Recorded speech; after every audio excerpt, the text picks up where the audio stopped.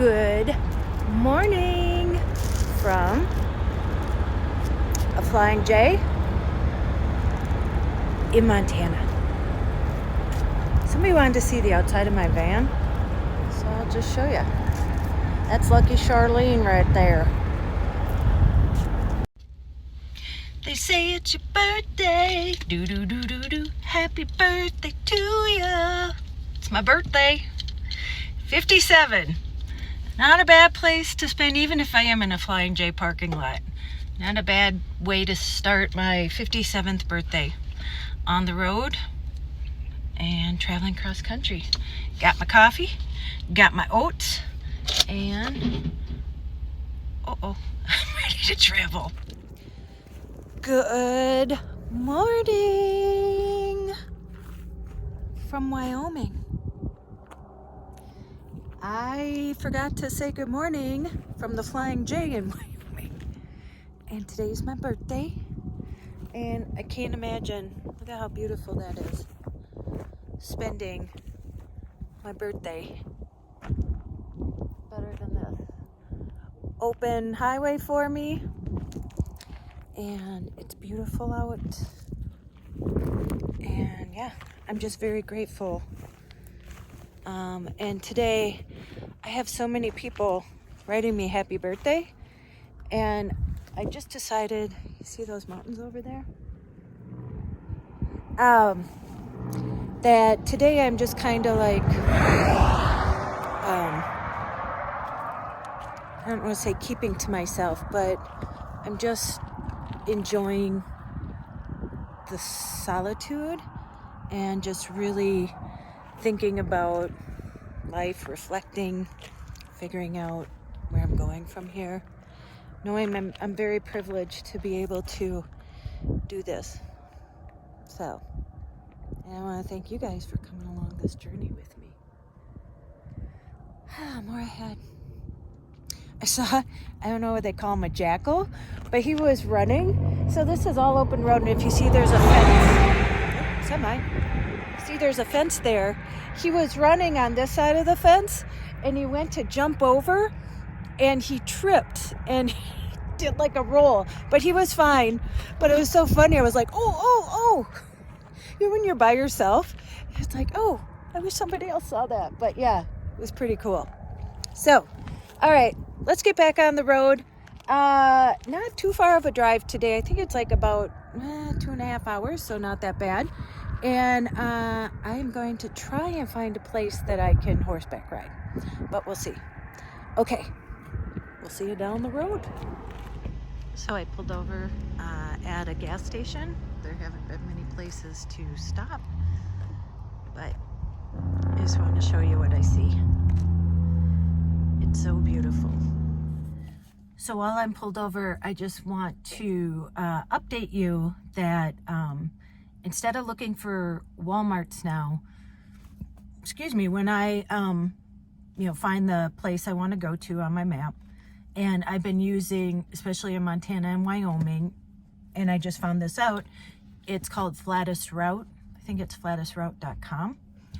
There's not an app, it's just a website, and so you put in where you're starting and then where you're going to, and it will show you a map of the flattest route to go, which has been great for me, especially along this drive here.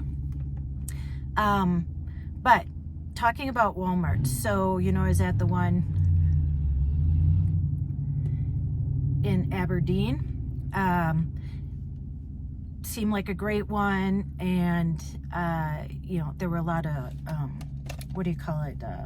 shops around it, and seemed quiet and nice, and so I stayed there. Well, when I was parked at 11:15, I was sound asleep, and all of a sudden, it's a big parking lot, so I'm over in the corner, and I didn't see any other vans parked there, and there were no signs that said you couldn't park overnight. So I'm like, great, this is great. Seemed really quiet. And then at 11:15, I seriously jumped out of the bed because there was this really loud truck, and it was like they were screeching their wheels. And so I was up and looking out, and then they were young kids, and again, it was a Friday night, And so I'm sure they were just out, you know, doing what kids do. But a big black truck, and then they all got out and were talking. So I was just watching just to see, you know, if they were going to go or whatever. You know, but this time, remember the last time, I think it was in North Carolina when that one happened, you know, I always park where I can just get in the front seat, crawl in here and just go with them. And he was doing it back and forth, and it was just kind of disturbing. And so I just got in my seat and drove around, and then went to the other side of the lot, and then like right in front of the Walmart. And there were a lot of other cars parked in the parking lot. I think people work like 24 hours a day, you know, where they stock shelves and stuff at night. And so I was over there, you know, getting back settled in, and I hear like this, you know, when somebody stopped but they're spinning their wheels. And so I look out, and it's this black truck again, and he was doing that so that there was a big cloud of smoke behind him. And then listen, the parking lot, you know, is not that far, and he was like going as fast as he could, and then pushing on the brakes, and then like sliding. And then he'd come around and do it again, and then he'd leave, and then it would be quiet for a while, and I was like, oh, guess he left then. And all of a sudden, 10 minutes later, you'd hear this loud truck, and he'd be back and doing the same thing. And finally, I don't know, after a little bit, he just never came back, and I got back to sleep. But again, I think sometimes even if it looks like a good place, that sometimes, you know, it's just not. And so now I get where I'm going, and then I Google in truck stops near wherever I'm going. And then it'll come up like what the truck stops are. So like last night I stayed in a Flying J, and I can tell you I have never had a problem in a truck stop. And I had gone in because I took a shower, and I was talking to the girl, and I'm like, hey, is it okay if I stay overnight? Because a lot of times I just like to tell them. And she's like, oh yeah, no worries. And I had like one of the best night's sleep last night. So just wanted to give you a little tip there that, yeah, trying to stay as much as I can away from the Walmart parking lots. So if you plan on doing van life, maybe just take that as a tip. I don't know, but I'm getting back on the road. Here we go. So I just got to, where am I? Casper, Wyoming. And I was gonna stay at the Flying J, but it was like in the middle of just a whole bunch of, you know, shopping places. It was so busy, and I really didn't have any parking. So you know what? For my birthday, I decided to come stay at an RV park. And I'll show you my view. And I don't know if you remember when that guy almost hit me when I was going through like New Mexico after I went through the border thing or whatever it was. Remember how nervous I was, and so I just pulled over, and I was in such a sketchy area, and I was thinking I'm not going to be able to stay here. And then I turned in, and it was like, ah! And there was a pond and horses. And remember, I stayed there 2 nights, and you could see the mountains. That's kind of how this was. Google Maps had me driving through, like, just like, really, this is it. And but here, let me show you what I'm looking at. So it's been so windy too. When I was driving, there was a time that I was only going like seriously 45 or 50 because it was blowing the van. So isn't that beautiful? It's called River's Edge, and they have a recreation room, and there's a little park and sit up. And I'll go down by the river and show you. So look at this little bench there. I can sit, and wow, enjoy. It's a beauty. So pretty. I wanted to come in to check out the facilities quick, and I'm going to show you what they have. Laundry, and it's only $2 for washing and drying. Look how nice that is. There we go. And look at how nice the bathroom is. I took a shower in a Flying J yesterday. That cost me $16. That, thank God I had flip-flops to wear in the shower. So, these are nice. And it smells good in here. Yeah, these are nice and clean. I don't know why it's fuzzy, sorry. Yeah, score.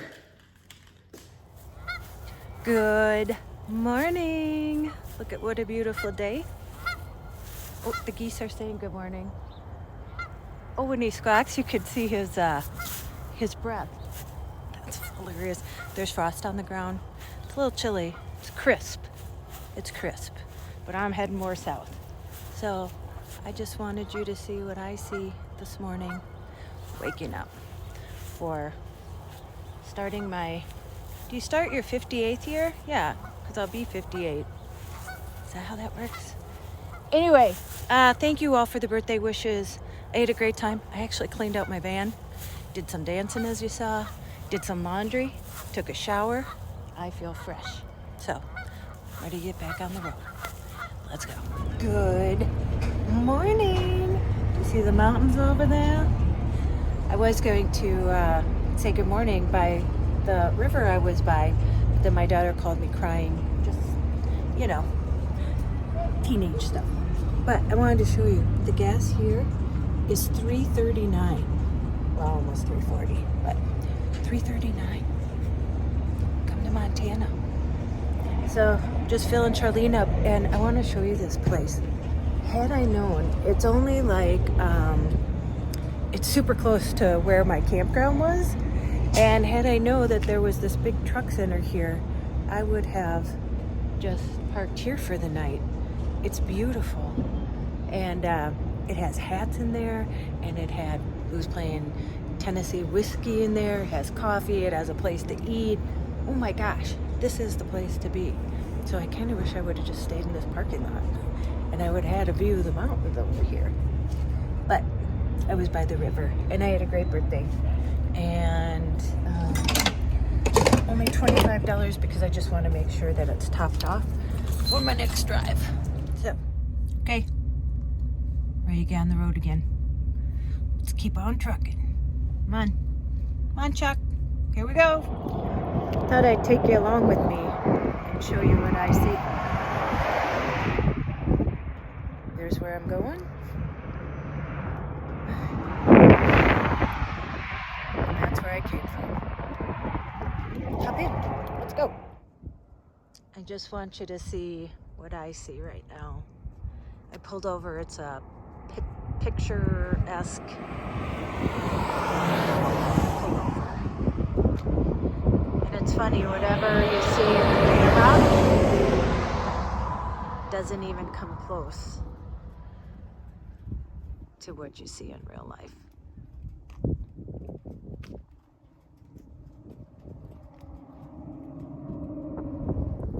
So I'm literally like in the middle of nowhere.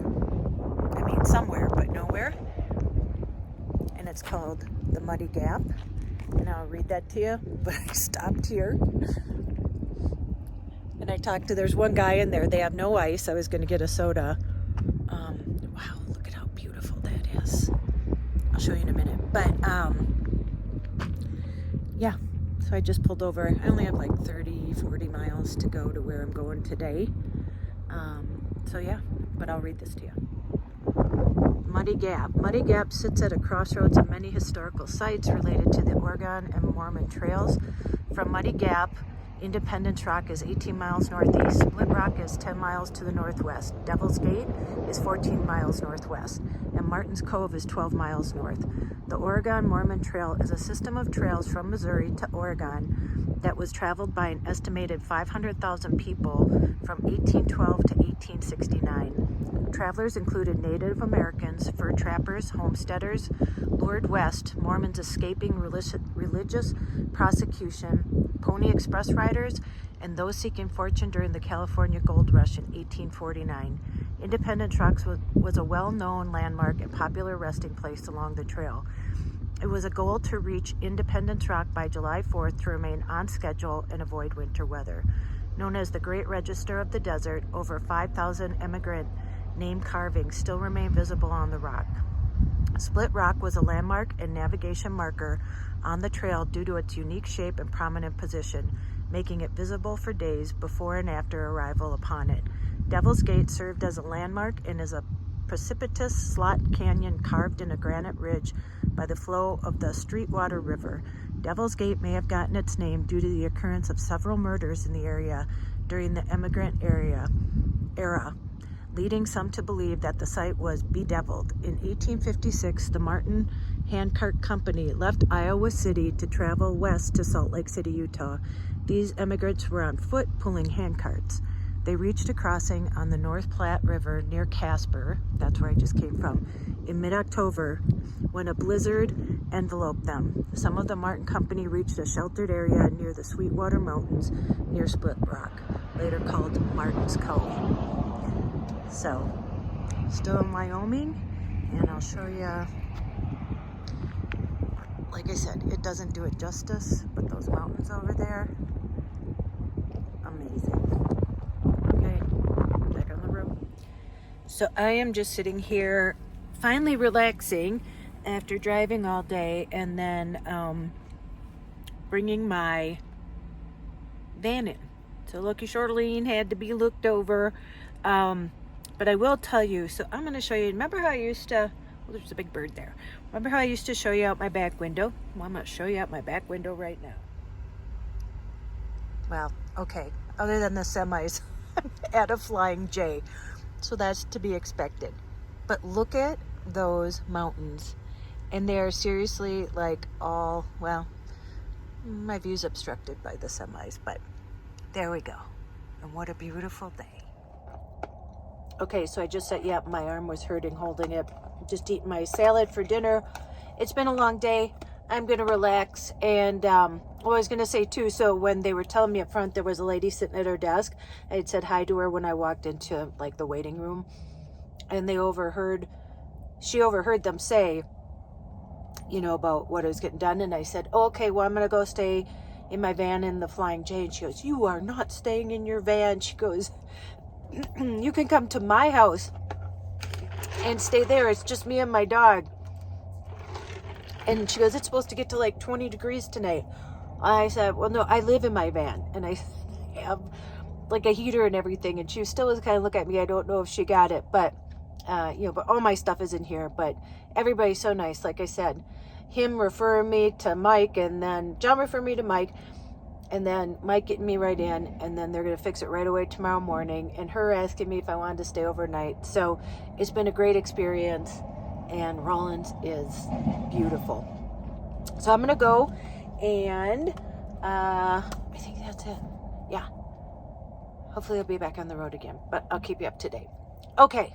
And this is just the reality of van life. Again, not all rainbows and puppy dogs. And I am backed up to mountains, but with semis passing right through. Now that's real van life. Okay, go out and make an adventure, no matter how big or how small. You don't have to sell everything and move into a van. I did that, but you can. It can be challenging sometimes, but you know what?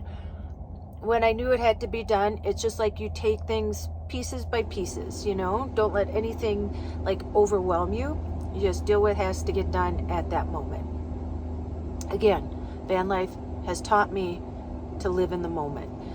Go call someone you love, and as Joy says, tell them that you love them. I love you, Mom. I know you're watching me. And don't you dare forget your magic. And whatever is coming your way, I know you can figure it out too. And you got this. Okay? Okay. I will see you in the next one. Bye.